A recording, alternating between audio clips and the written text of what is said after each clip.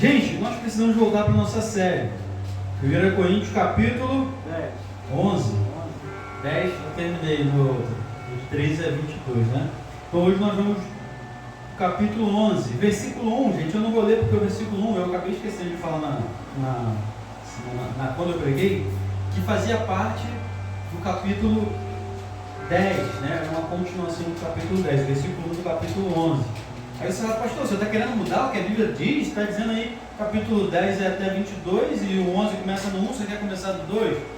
Vamos lembrar que a Bíblia, quando foi escrita na sua maneira original, não tinha capítulo, não tinha versículo, nem tinha esses títulos aí, perícope, tá? Então, o que os autores fazem? Eles separam por temas, por assuntos.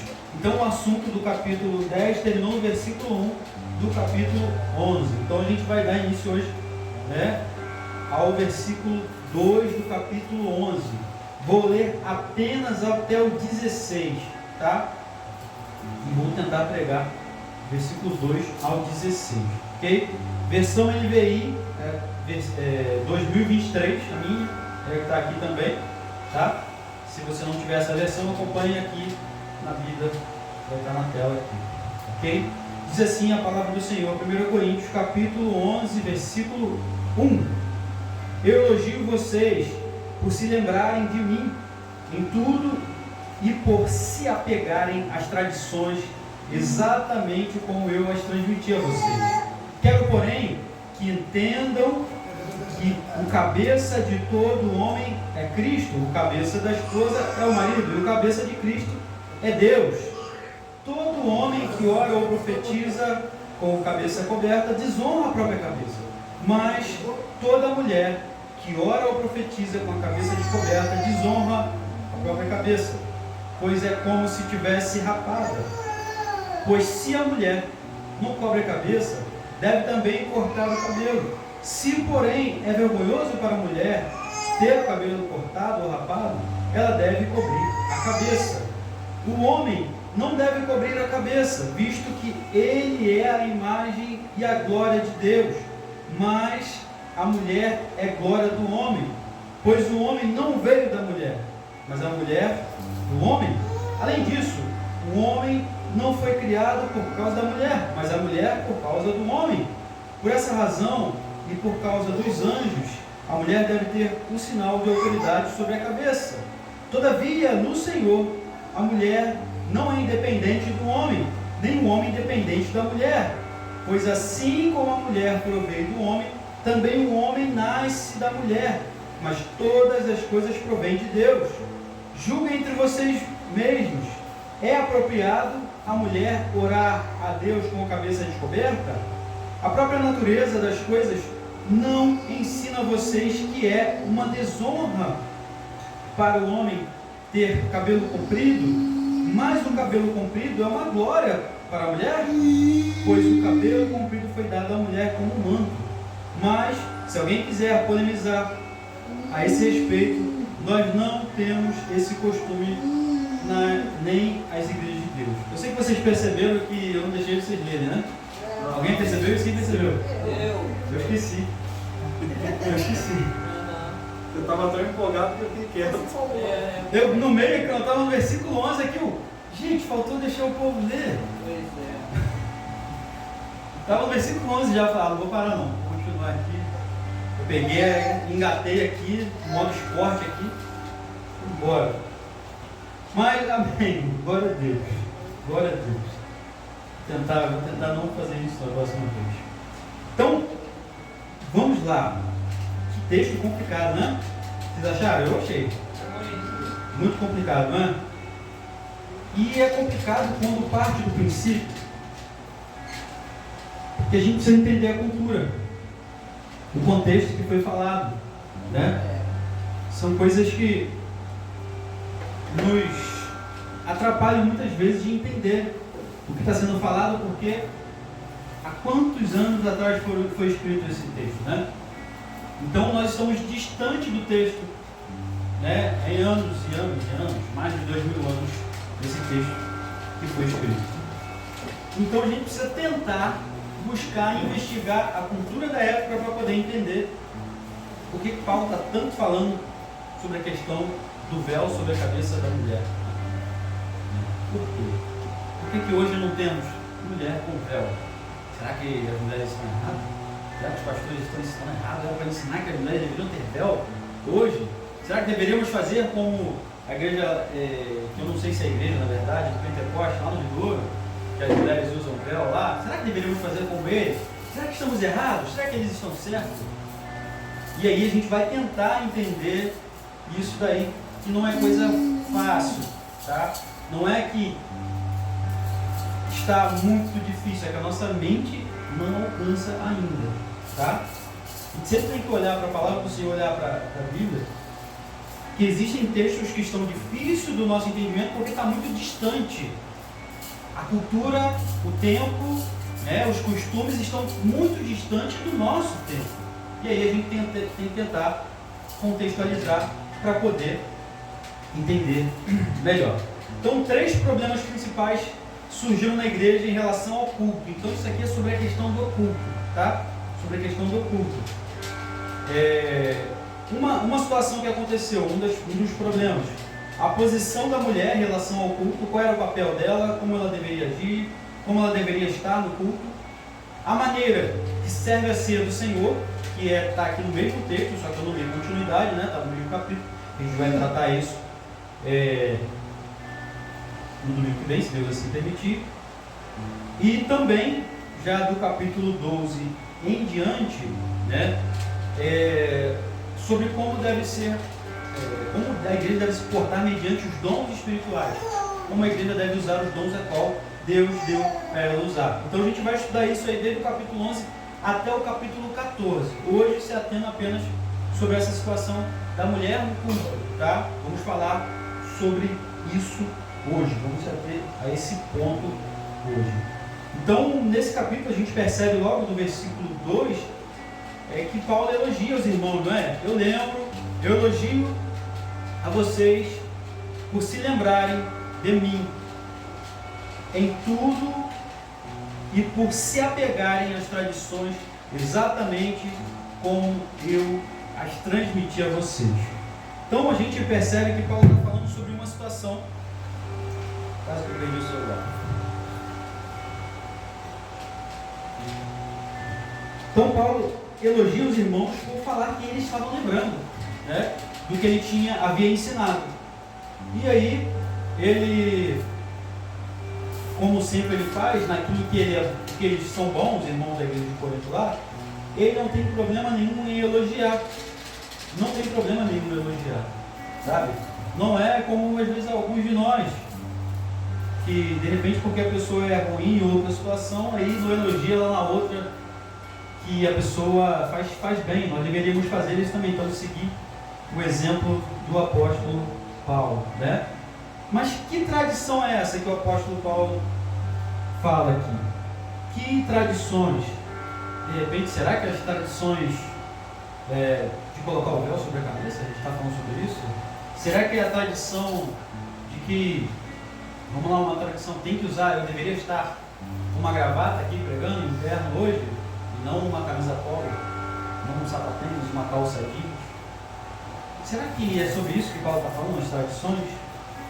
Que ele elogia a igreja de Corinto de lembrarem, de guardarem. Não tem nada a ver com isso. Isso seria tradicionalismo ou costumes. A tradição aqui que o texto está falando é sobre o Evangelho. A tradição que o apóstolo Paulo deixou foi aquilo que ele aprendeu diretamente de Cristo. Olhar para a Bíblia e olhar para os costumes ou para o culto da época não é olhar e ver alguém com uma Bíblia na mão e pregar, se estivesse pregando. Na verdade, era a tradição oral, que era passada, que era aprendida, que era falada de pai para filho. Não tínhamos a Bíblia como temos hoje, toda organizada, capítulo, versículo. Então, a tradição que a Bíblia fala aqui é o Evangelho. O Evangelho que foi posto, né? Vê que em Atos dos Apóstolos vai dizer que nós devemos perseverar na doutrina dos apóstolos. Aí você pensa, caramba, na doutrina que os apóstolos ensinaram? Sim. Mas aquilo que eles aprenderam com Jesus Cristo, aquilo que eles aprenderam, que absorveram dos profetas, da lei oral que foi ensinada Para eles, isso é a tradição, isso é a doutrina dos apóstolos, é o Evangelho. Não confunda o que Paulo está falando aqui, que é tradição, com costumes. Não confunda com isso, com tradicionalismo, tá? Não confunda com isso. Então, Paulo elogia que os irmãos da igreja de Corinto estão lembrando, né, do que foi ensinado, estão praticando aquilo que foi ensinado, né? E aí ele vai entrar nesse assunto sobre a questão do véu, porque a gente precisa lembrar disso, eu preciso estar sempre lembrando. Paulo aqui está respondendo a perguntas que foram lhe feitas, não foi isso? Né? Essa carta aqui foi feita, foi com o intuito, né, do 1 Coríntios, enviada à igreja de Corinto, a cidade de Corinto, para responder perguntas que foram feitas para ele, através de carta, como a gente já leu aqui, e inclusive através, né, da nossa irmã Chloe, que vai dizer lá no capítulo 1 da família dela, né, que vai até ele com várias questões, com várias perguntas, com várias situações, e agora ele responde a situação. É bom lembrar também que, por exemplo, quando você está do lado de alguém e essa pessoa recebe uma ligação, você está ouvindo o que a pessoa está respondendo, não é isso? Mas você não está ouvindo o que a pessoa do outro lado está perguntando. Você está ouvindo o que a pessoa está perguntando? Mas você começa a julgar o que a outra pessoa está perguntando mediante o que a pessoa que está do seu lado está respondendo, não é isso? Então, basicamente, é o que a gente está tentando fazer aqui. A gente está tendo a resposta do apóstolo Paulo, mas a gente não tem a carta de pergunta da igreja de Corinto, entenderam? Entenderam? A gente não tem a carta de pergunta, mas a gente tem a resposta. Se a gente tem a resposta, o que a gente pensa? Provavelmente foi isso que a igreja de Corinto perguntou. Por isso que o apóstolo Paulo está respondendo dessa maneira, correto? Então, a gente precisa seguir nesse ponto. Ou seja, a gente não vai conseguir todos os detalhes, responder todas as coisas. Como eu falei, estamos distantes da cultura da época, dos costumes da época, há mais de 2000 anos. Mas vamos tentar fazer o nosso melhor possível para poder entender esse texto. Tá? Então hoje, o que é a tradição que nós temos? Nós temos a palavra de Deus completa. Porém, ainda hoje, muitas pessoas confundem a tradição com o tradicionalismo ou com os costumes. Às vezes colocando o tradicionalismo ou os costumes acima da tradição, que é a palavra de Deus. Colocando os costumes acima disso. Eu não posso chamar de pecado o que a Bíblia não diz que é pecado, né? Não posso chamar de pecado. De repente você já ouviu isso aí, eu já ouvi também. Está em pecado, subiu no púlpito para poder pregar sem gravata, ou sem terno, ou isso, ou aquilo.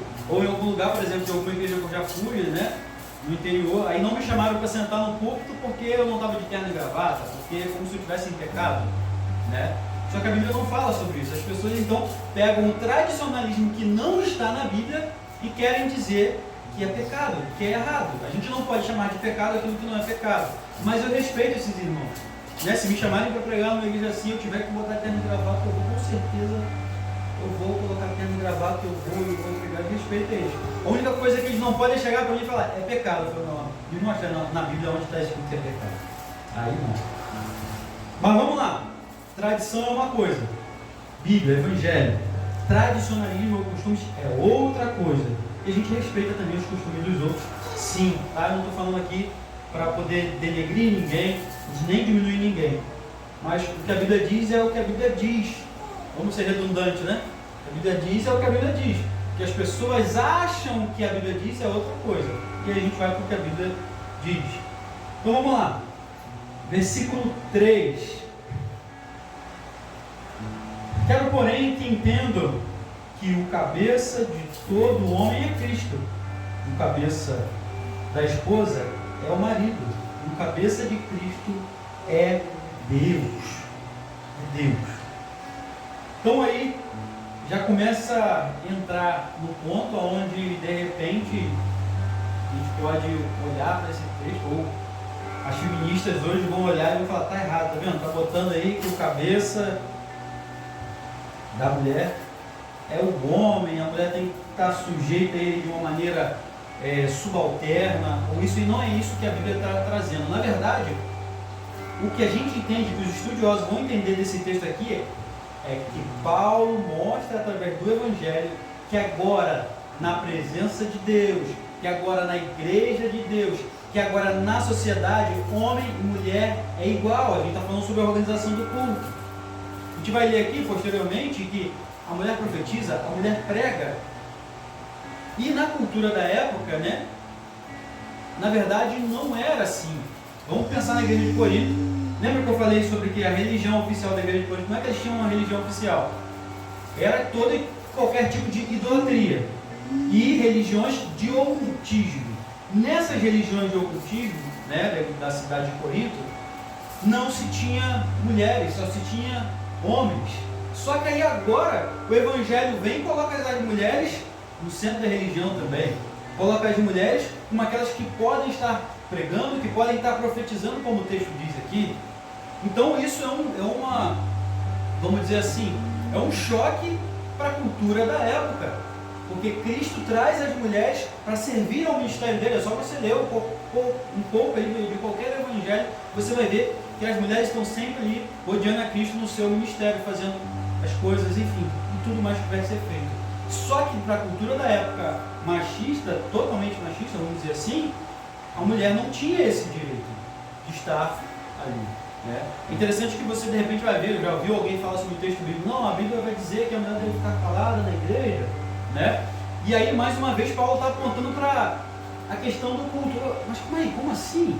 Ficar calado na questão do culto? Vamos lá, vamos entender. Na sinagoga, vamos pensar no culto como era acontecia na sinagoga. Vamos pensar, o culto na sinagoga dos judeus, vamos falando sobre os judeus. Como que era organizado o culto lá? Homens, geralmente, no centro da igreja, ou da sinagoga. Mulheres e crianças ficavam como se fossem nas arquibancadas, ao longe. Era isso o que a cultura judaica fazia na época. E aí quando fala que deve ficar calada, está falando sobre essa situação aonde? Vai dizer, se quiserem aprender, perguntem aos seus maridos. Só que aí o que o texto está querendo dizer com isso? É que naquele momento onde estava se ensinando a palavra, estavam os homens da casa ali sentados no meio aprendendo, as mulheres e as crianças estavam ao longe. Quando alguém estava ensinando, era momento de a mulher lá da arquibancada gritar para o marido e perguntar, ou o filho perguntar, o que o pregador está querendo dizer com isso? Não era momento. A questão era o momento do culto. Se na sinagoga dos judeus era assim, então se esperasse que chegasse em casa para perguntar. Não é que não se podia. Tanto que aí agora a gente já muda para outro ponto aqui, onde Paulo já diz que a mulher na igreja profetiza e prega. Já está sendo inserida na questão do culto normalmente, dizendo que é igual ao homem. Mas vamos lá. Para discernirmos esse ensino de Paulo sobre a questão do véu, precisamos compreender o contexto cultural em que o véu foi usado. Leon Morris vai dizer o seguinte: nas terras orientais, o véu é o poder, a honra e a dignidade da mulher. Com o véu na cabeça, ela pode ir a qualquer lugar com segurança e profundo respeito. Ela não é vista. É sinal de péssimos modos ficar observando na rua uma mulher velada. Então, o símbolo do véu na cabeça da mulher era um símbolo de proteção, mostrando que a mulher era casada, ela tinha honra. Então, qualquer homem olhar para uma mulher, né, era um sinal de desrespeito, porque sabia que aquela mulher era casada e tinha alguém que cuidava dela. Isso é olhar para a cultura da época, gente. Por isso que a gente não vai ver mulher usando véu hoje em dia. O que seria que nós poderíamos colocar hoje como uma mulher casada, de honra, né, para andar na rua? O que poderíamos colocar como isso para poder, para que o homem não olhasse? Seria difícil hoje, porque as vestes são bem complicadas, né?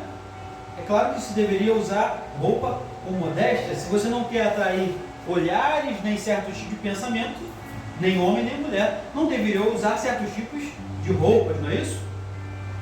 Eu aqui não fico ensinando sobre como deve se vestir ou como não deve, mas com modéstia, tanto homem quanto mulheres, sem ser sensual. É o que eu sempre falo aqui, é o que eu sempre ensino aqui.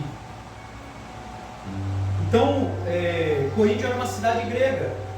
Na província grega se manifestava, como eu já falei anteriormente, religiões ou onde se prevalecia, né, os homens, né? Onde prevalecia quem eram os líderes e quem podia participar do sexo masculino, e não mulheres. Então, a gente começa a entender que o véu está totalmente relacionado com o quê? Com a cultura da época. Mas era um símbolo de que a mulher era uma mulher honrada, de que era casada e de que tinha proteção, de que tinha alguém sobre ela. Né? Ela estava sob, né, o cuidado, sob a proteção de alguém. Então, isso está distante de nós hoje. Não está distante? Está distante de nós hoje. Isso não faz parte da nossa cultura hoje. É por isso que a gente não vai ver hoje, né, as mulheres aqui com véu. Né? Às vezes, quem sabe, por exemplo, hoje eu estou aqui sem a minha aliança no trabalho, eu não posso usar, e às vezes eu acabo esquecendo de colocar. Esse dia eu estava com o ESL em um lugar e ela estava com aliança e eu vou botar aliança. Saiu para algum lugar, caramba, ela porque vai parecer que eu sou sem vergonha aqui, né? O Graciele falou comigo, que eu tô de aliança, eu sou casado e você não, né? Tá a gente aqui. Às vezes eu esqueço, porque eu trabalho em 2 hospitais, eu saio de um, vou para outro, não pode usar aliança, não pode. Né? E eu acabo esquecendo, como aqui, eu esqueci, saí do trabalho ontem de manhã e tô sem aliança. Só para vocês saberem, tá, gente? Só para vocês saberem. Então, e é difícil de sair pra caramba, tá? Meu dedo tem essa barriguinha aqui, essa barriguinha, é difícil pra sair pra caramba, meu Deus. Eu tive que fazer, eu já perdi a primeira aliança porque era mais larga, eu tive que fazer uma mais fina, mas mais estreita, só que muito ruim. Já perdi. Oi? Tem que tirar isso aí que eu acabo esquecendo. Mas aí vamos lá. Então, pode ser que de repente, olhando para o nosso tempo, alguma das coisas que representam, né, é olhar, caramba, eu sei que esse homem é casado, que essa mulher é casada porque tem aliança. Mas isso impede de alguém, hoje em dia a cultura está tão terrível, de alguém mexer ou chamar a atenção ou querer dar em cima de alguém assim? Não impede. Não impede. Então, é o que eu estou querendo dizer para vocês. Lembra o que eu disse? A gente está distante da cultura da época. A gente está distante da cultura da época. Provavelmente hoje deve ser a atitude de cada um de nós, tanto do homem quanto da mulher, em relação aonde estiver. A atitude nossa vai mostrar se a gente é uma pessoa de respeito, se a gente é uma pessoa de honra, se a gente é casado, a gente tem compromisso ou não. A nossa atitude. As vestes, sim, também, mas a atitude mais do que isso. Uma coisa chama a outra, é claro. Sim. Mas vamos lá. Então a gente precisa tentar olhar para a cultura da época, olhar para a nossa cultura e tentar enquadrar, encaixar aquilo que serve para a gente hoje, tá? Em relação a isso. O que mostra em você, o que vai mostrar para as pessoas no seu trabalho, na sua escola, na sua faculdade, eu não sei. Que você é uma pessoa honrada, mulher, que você é casada, ou homem, que você é casado. O que vai mostrar aonde você estiver? O que vai mostrar? É isso que você tem que colocar na tua cabeça para poder viver dessa maneira, de acordo com aquilo que a Bíblia diz. Ok? Então, versículo 4. Todo homem que ora ou profetiza com a cabeça coberta desonra a própria cabeça. E aí a questão é dos costumes, daquilo que era relacionado para a mulher, daquilo que era relacionado para o homem. O homem não era o costume do homem estar com o véu na cabeça, mas da mulher era. Né? Então, é a questão de deixar claro, aquilo que é para a mulher, aquilo é para a mulher, e aquilo que é para o homem, para o homem. Tem coisas, gente, tem coisas que não vai ter jeito, funções na vida, na sociedade, que vai ser mais para a mulher ou mais para o homem. Será por que o homem é mais forte? Será por que o homem tem mais testosterona? Porque as coisas mais pesadas, provavelmente. Sim. Sim. E talvez por que a mulher é mais detalhista? As coisas precisam de mais detalhes também.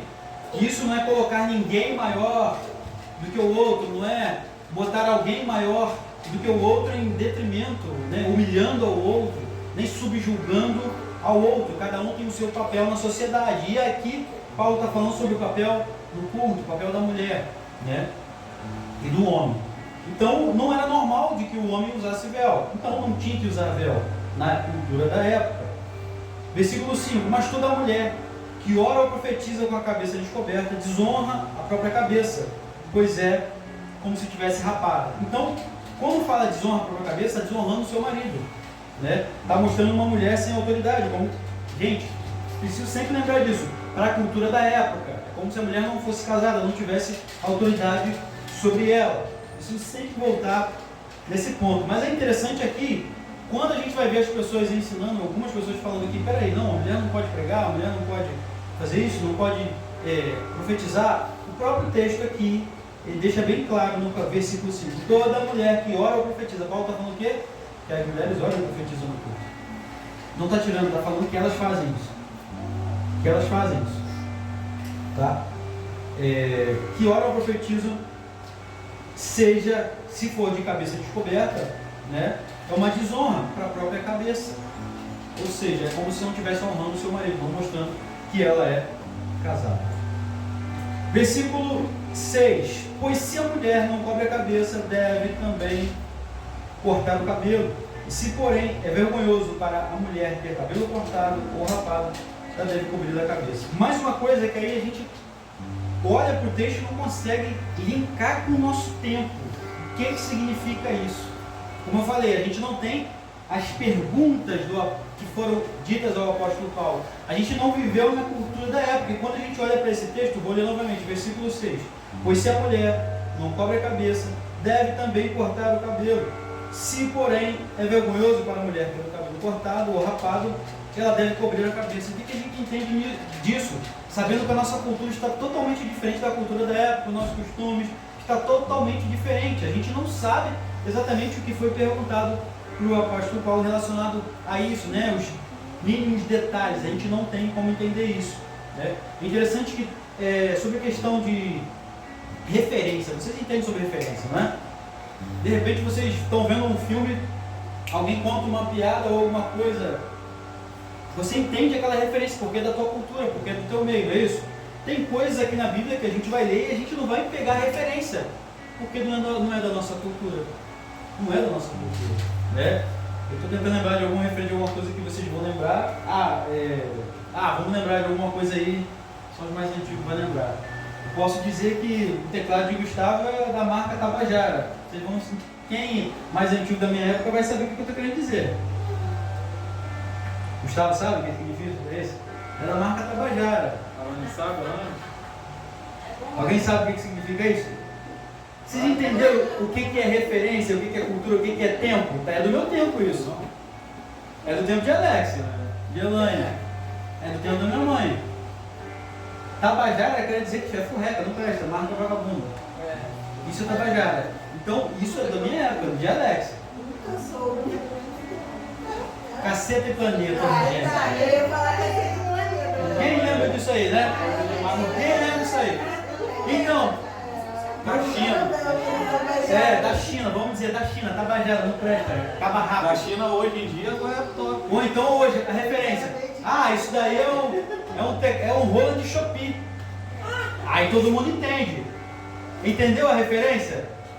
Entendeu? Então, existem coisas aqui que Paulo está trazendo que a gente não vai entender a referência, vai entender? É do tempo dele, da época dele. Né? Eu falei, nem tem tanto tempo a realização de Tabajara. Mas tem gente que nem era nascido quando passava isso. E outros não viam, né? Não vai lembrar. Mas aí eu falo, não, isso aí é o sei lá o que da Shopee. Aí vocês vão saber que não presta, né? Nem tudo da Shopee também não presta não, tem coisa que não presta. Coisa boa, né? Coisa. Eu comprei alguns livros da Shopee, que é livro mesmo da editora que eu queria, só que na Shopee estava mais barato, eu comprei no Shopee. Bíblia também, comprei no Shopee, né? Então vamos lá. Então a gente precisa lembrar mais uma vez o que é referência, o que é cultura, o que é tempo, tá?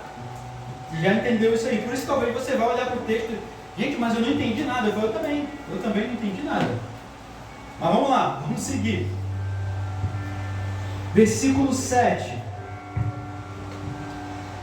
Um homem deve cobrir a cabeça, visto que ele é a imagem e glória de Deus.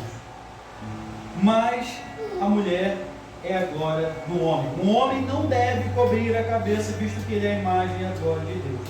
Mas a mulher é a glória do homem. Só virar a página aqui. Gente, por que eu estou com esse livrinho aqui hoje? No meu computador. O computador não quis carregar, eu não consegui jogar de bolso lá. Deu ruim. Agora eu vou ficar arrumando para pegar as páginas aqui. Mas eu marquei que está tudo rabiscado aqui. Vamos lá, vou ler o versículo 7 de novo, para lembrar. O homem não deve cobrir a cabeça, visto que ele é a imagem e a glória de Deus. Né? Mas a mulher, a glória do homem. Depois de falar sobre a questão da submissão, Paulo fala sobre o homem como glória de Deus e a mulher como glória do marido. Ele usa 3 argumentos para provar que o homem é glória de Deus e a mulher é glória do seu marido. O primeiro argumento é da origem, porque o homem não foi feito da mulher, e sim a mulher do homem. Então, a origem, a gente pensar, a mulher foi tirada da onde? Da costela do homem. Segundo argumento é da finalidade. Paulo fala que o homem reflete a glória de Deus, pois o homem não veio da mulher, ele procedeu de Deus, e a mulher procedeu do homem.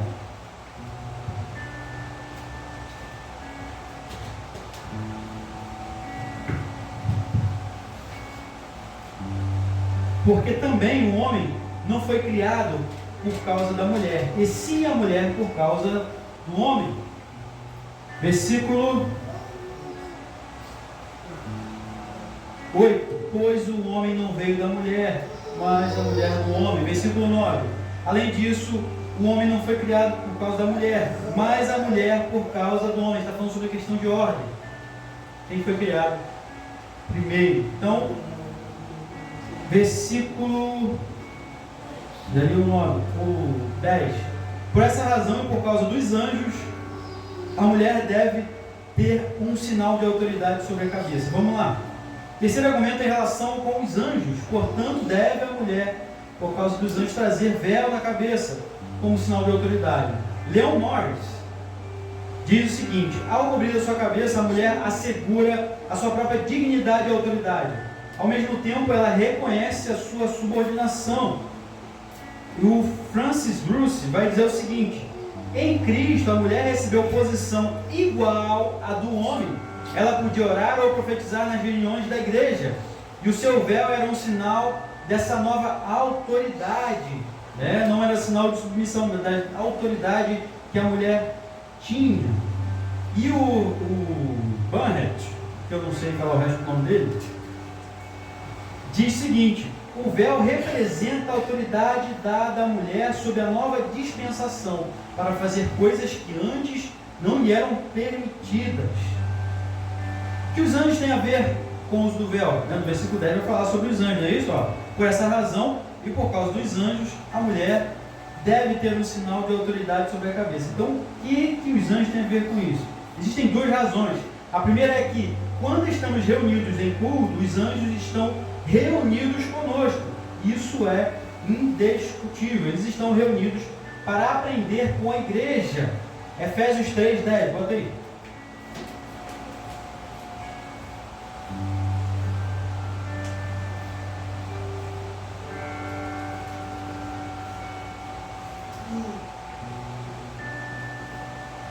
A intenção dessa graça era que agora, por meio da igreja, a multiforme sabedoria de Deus se torne conhecida dos poderes e das autoridades nas regiões celestiais. Quando vai falar poderes e autoridade, está falando a questão dos anjos. Tá? Até os anjos, quando se está falando da graça, quando se está falando de Cristo, param para poder ouvir, porque está ouvindo sobre Cristo e glorificam a Cristo. Até eles conseguem, na época, olhando para o que era relacionado à autoridade, entendiam isso. A igreja está ensinando os anjos a multiforme sabedoria de Deus. Paulo então mostra a necessidade das mulheres reconhecerem a sua submissão aos seus maridos no culto público, usando o véu sobretudo, em face da presença dos anjos. Vamos lá para Efésios, vou voltar para Efésios. Deixa eu lembrar aqui que eu anotei. Capítulo 5, versículo 22. Preciso falar sobre isso. Vamos lá. Já que a gente está falando, o tema principal, pode ser que eu nem pregue até o 16, e não vou voltar no domingo que vem.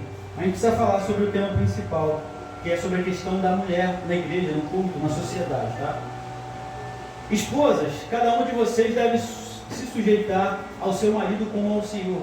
Caramba, pastor, só está piorando a situação. De repente a mulher, caramba, pastor, está ficando cada vez mais machista a sua pregação, está ficando terrível, está complicando, pastor. Volta lá, volta 22. Esposas, cada um de vocês deve ser sujeito ao seu marido como ao Senhor. Continua. Pois o marido é o cabeça da esposa, como também Cristo é o cabeça da igreja, que é o seu corpo, do qual ele é o Salvador. Como a igreja está sujeita a Cristo, assim a esposa está sujeita em tudo ao seu marido. Segura aí. A esposa, ou melhor, a igreja estando sujeita a Cristo, significa que ela é subalterna de Cristo? Significa? Significa? Não. Então vamos começar a comparar aí. Assim a esposa esteja sujeita ao seu marido. Vai, continua. Maridos, cada um de vocês deve amar a sua esposa assim como Cristo amou a igreja e se entregou-se por ela. Continua. Para santificá-la, tendo-a purificado pelo lavar da água por meio da palavra, e apresentá-la a si mesmo como igreja gloriosa, sem mancha, nem ruga, nem coisa semelhante, mas santa e sem culpa. Da mesma forma, os maridos devem amar cada um a sua esposa como o seu próprio corpo. Quem ama a sua esposa ama a si mesmo. Continua. Além do mais, ninguém jamais odiou o seu próprio corpo, antes alimentam e dele cuida, como também Cristo faz com a igreja, pois somos membros do seu corpo. Por essa razão, o homem deixará, aí já vamos falar sobre a questão do casamento, eu sempre leio esse texto aí em questão de casamento. Por essa razão, o homem deixará pai e mãe e se unirá à sua mulher, e os dois se tornarão uma só carne. Este é um grande mistério. Refiro-me, porém, a Cristo e à igreja. Portanto, cada um de vocês também ame a sua esposa como a si mesmo, e a esposa trate o marido com todo respeito. A gente percebeu aí duas coisas ali. Não preciso ler para poder falar sobre isso. Vocês leiam junto comigo. É que assim, a comparação é assim como a igreja está sujeita a Cristo, a mulher deve ser ao seu marido. Mas a outra coisa ali que fica mais latente, que é mais forte para mim, não é isso o principal. É que o marido deve amar a esposa assim como Cristo amou a igreja e se entregou por ela. Ali não mostra ninguém superior a ninguém. Mostra que o marido tem que ter um amor sacrificial pela esposa. Não mostrando mais uma vez que o marido é superior, mas a missão dele é outra em relação à mulher. A questão é missão. Missão. A mulher está sob a missão, submissa, sob a missão do homem, sob o cuidado do homem. Se o homem estiver fazendo o papel daquele que Cristo fez pela igreja, não existe motivo nenhum pelo qual a mulher está sujeita ao seu marido. Se o marido cuida, se o marido ensina, se o marido dá direção, se o marido provê tudo, provê amor, provê sexo, provê tudo. É o que a Bíblia diz. O marido tem que prover tudo. Amor, carinho, proteção, respeito, cuidado, alimento. Proteção, é isso que o marido tem que ser para a mulher, assim como é isso que Cristo é para a igreja. Amor sacrificial. Em nenhum momento a gente vai ver aqui falando que a mulher é subalterna do homem, empregada do homem, está sujeita, está submissa, mas é sobre a missão, sobre o cuidado, sobre o amor. Esse deveria ser o ensinamento das pessoas aí, porque é isso que a Bíblia está ensinando. Não existe ordem sem sentido. Vamos pensar assim, que a igreja, ou melhor, que Cristo dá para a igreja, tudo tem um fundamento. Deveria ser assim o cuidado do homem em relação à sua esposa. Deveria ter um fundamento bíblico para o cuidado que ele está tendo para com a sua esposa. Se está diferente disso, está errado. Mas aí você fala, puxa, mas a Bíblia está dizendo que tem que ser em tudo, as coisas têm que ser sujeitas em tudo. Vamos lá. Se a comparação ali que o marido tem que ser como Cristo, é de se pensar de que a igreja não deve obedecer aquilo que Cristo, claro que Cristo não vai fazer isso, aquilo que Cristo falaria que não é a palavra dele. Será que a igreja deveria obedecer aquilo que Cristo falaria, mas que não é aquilo que Deus está ensinando, que é a palavra de Deus? Não. Então a mulher também não deve ser sujeita a obedecer aquilo que o marido diga, que não vai de encontro com o que a palavra de Deus diz. Não é uma sujeição ou submissão cega, não é isso. Como até falava lá no exército, quando eu vi exército, ordem absurda não se executa. Ordem absurda não se executa. Então, em que a Bíblia está querendo dizer ali que as mulheres devem ser sujeitas aos seus esposos? Naquilo que eles estão imitando a Cristo. Naquilo que eles estão imitando a Cristo. Naquilo que eles não estiverem imitando a Cristo, a mulher tem que pegar e ensinar. Mas Cristo não fez isso com a igreja. Isso que a mulher deve fazer. Aquela que também está procurando conhecer o que a Bíblia diz, é isso, ela tem autoridade para falar. Porque agora, como a gente leu lá no capítulo 11, a mulher tanto profetiza, quanto prega a palavra, quanto ora.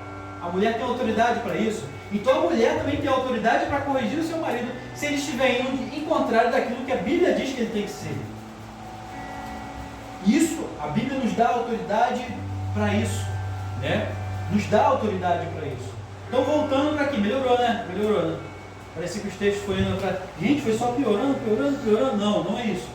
E aí, olhando para a cultura da época também, é como se, né? Porque, deu branco agora. Olhando para a cultura da época também, é como se, como Cristo tornou as mulheres livres nos cultos, né? Como nas religiões pagãs não tinha isso, não tinha mulher no culto, podia pregar, podia orar, podia profetizar. Então a mulher agora também queria deixar o costume da época de usar o véu. Não, vamos abolir o véu. Todas contra o véu. Só que isso para a cultura da época era de suma importância, era necessário. Então Paulo, ele não vai atropelando a cultura. E quando a gente for evangelizar alguém, também não deve atropelar a cultura de ninguém também. O que eu vou falar para vocês talvez seja terrível, vocês não vão entender. Ou inicialmente vocês vão, caramba, mas como assim? Chega um missionário para pregar numa... Estou abrindo um parênteses.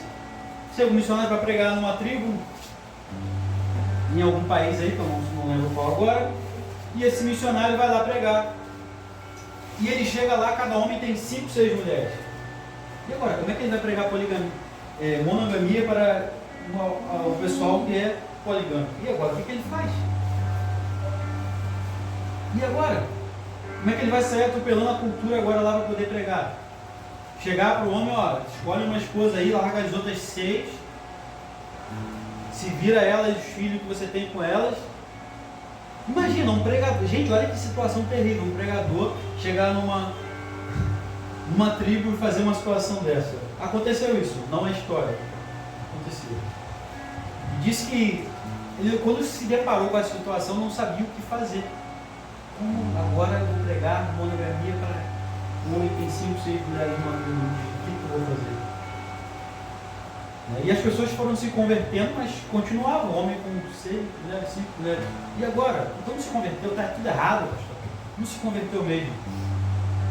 O que ele conseguiu estabelecer dali em diante? Ó, até hoje vocês viveram assim, mas daqui em diante não vai. Quem tem uma vai continuar com uma, né? E vai continuar.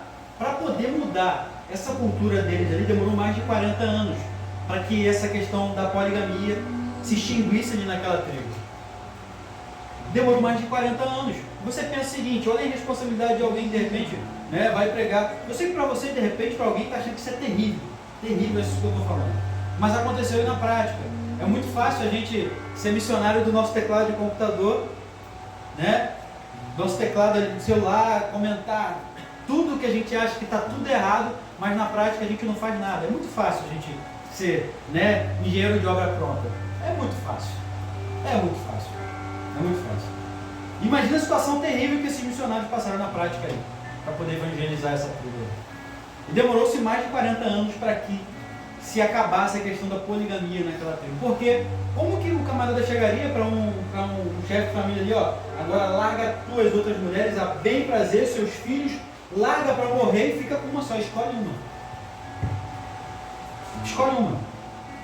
Imagina que situação terrível. Eu não queria estar no lugar dele para estar pregando nesse lugar. Não queria. Por isso que foi ele, não foi eu, né? Não foi você. Eu não seria capaz, não seria. Mas demorou-se, a história vai dizer, demorou-se 40 anos para poder acabar essa questão de poligamia na tribo. Então o Evangelho não chega chutando a cultura, chega ensinando e vai se tendo mudança com o tempo. Você mudou quando você aceitou a Cristo, como você mudou de uma hora para outra? Do nada você parou de fazer tudo de errado. É porque você faz coisa errada até hoje, eu faço coisa errada até hoje. Quem diz que não faz está mentindo. Quem diz que não pega está mentindo. Mas foi mudando com o tempo. Você foi aprendendo com a palavra e foi mudando e sendo transformado mediante a pregação do Evangelho, mediante o que você foi aprendendo de Deus. Como eu falei, aí eu volto de novo. É muito fácil ser engenheiro de obra pronta. É muito fácil. E a gente sabe que muitas vezes o nosso pecado não incomoda a gente, mas o nosso mesmo pecado na vida do outro incomoda a gente pra caramba, não é? Incomoda? Por que acontece isso? Por que acontece isso? Porque a gente vem e chega como um juiz, apontando tudo de todo mundo, mas não enxerga o que está em nós. Enxerga o cisco que está no olho do irmão, mas não enxerga a trave que está no seu próprio olho. Né? Então a gente precisa entender. Por que eu estou falando sobre a questão de cultura? Por que eu estou falando isso? Porque esse texto está distante da nossa cultura. A gente precisa tentar contextualizar. O que é, hoje em dia, ser um homem honrado, ser uma mulher honrada? Né? Que vai dar testemunho por aí. O que é? Você sabe o que é. Você sabe o que você não vai estar dando motivo para as pessoas falarem. Eu sei que elas vão falar. Eu sei que vão falar. Mas você sabe o que você pode fazer para que não dê motivo, né? Ou o mínimo de motivo para que as pessoas falem, tanto o homem quanto a mulher, que é uma pessoa honrada. Ou tanto o homem aí fora mostrando que é casado, que tem uma mulher. Tanto a mulher aí fora mostrando que é casado ou casada, que tem, né, um marido. Então, sei que hoje o texto foi bem complicado até para trazer essa pregação hoje. Mas, como é uma pregação expositiva, eu não fujo de texto nenhum. Até o texto que é mais complicado, eu vou pregar. Não tem jeito. Não é? Quando eu fui falar sobre a questão de sexo, eu preguei aqui, falei sobre isso, não foi? A gente não foge de texto nenhum. A gente pode não entender tudo. Porque a nossa mente, né, é pequena. Mas a gente tenta fazer a nossa melhor maneira possível.